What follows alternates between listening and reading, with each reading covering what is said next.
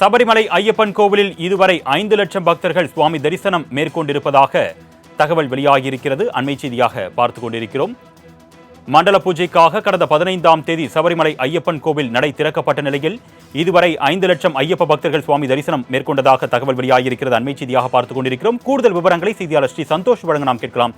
வணக்கம் சந்தோஷ், கூடுதல் விவரங்கள். வணக்கம் அருணேஷ். சபரிமலையில் இதுவரை 5 லட்சம் பக்தர்கள் சுவாமி தரிசனம் செய்திருப்பதாக தேவஸ்தானம் போர்டு தற்போது தகவல்களை தெரிவித்திருக்கின்றனர். கடந்த 15ஆம் தேதி மண்டல மற்றும் மகர விளக்கு பூஜைக்காக நடை திறக்கப்பட்ட நிலையில் சபரிமலைக்கு மாலை அணிந்து தரிசனம் செய்வதற்காக பக்தர்கள் செல்லக்கூடிய கூட்டம் என்பது நேற்றைய தினம் முதல் அதிகரித்து இருப்பதாகவும் தகவல்களை தெரிவித்திருக்கின்றனர். குறிப்பாக நேற்றைய ஒரு நாளில் மட்டுமே 77,000 பக்தர்கள் இந்த சாமி தரிசனம் செய்திருப்பதாகவும் தெரிவித்திருக்கின்றனர். குறிப்பாக 70,000 நபர்கள் ஆன்லைன் புக்கிங் மூலமாகவும் 15,000 நபர்கள் ஸ்பாட் புக்கிங் மூலமாகவும் இந்த பக்த தரிசனம் என்பது செய்யப்படுவதாக தேவஸ்வம் போர்டு இதற்கு முன்பாகவே அறிவித்திருந்த நிலையில் நேற்றைய மாலைய தினம் முதல் சபரிமலையில் கூட்டம் அதிகரிக்க தொடங்கி இருக்கிறது. குறிப்பாக சபரிமலையில் பக்தர்களை இந்த கூட்டத்தை தவிர்த்து மக்கள் எந்த ஒரு சிரமத்தையும் இன்றி சாமி தரிசனம் செய்வதற்கான ஏற்பாடுகளை செய்யக்கூடிய முயற்சியிலும் ஈடுபட்டு வருகிறது.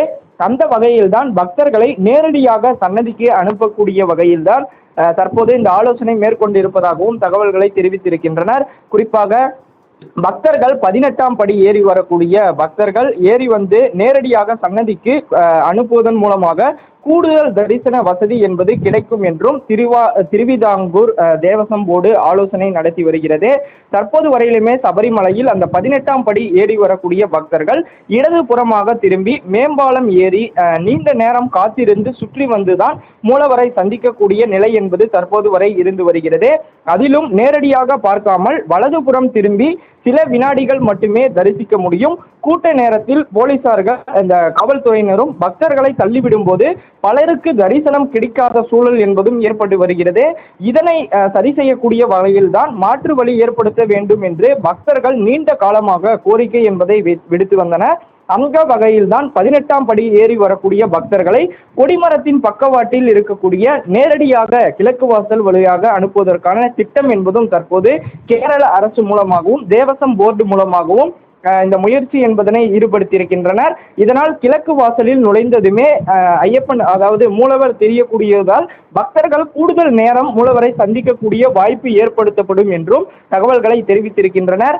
இந்த நிலையில்தான் இதுவரையிலுமே 5 லட்சம் பக்தர்கள் சபரிமலையில் மாலை அணிந்து அந்த தரிசனத்திற்காக சென்றுள்ளதாக தேவஸ்வம் போர்டு தெரிவித்திருப்பதும் குறிப்பிடத்தக்கது.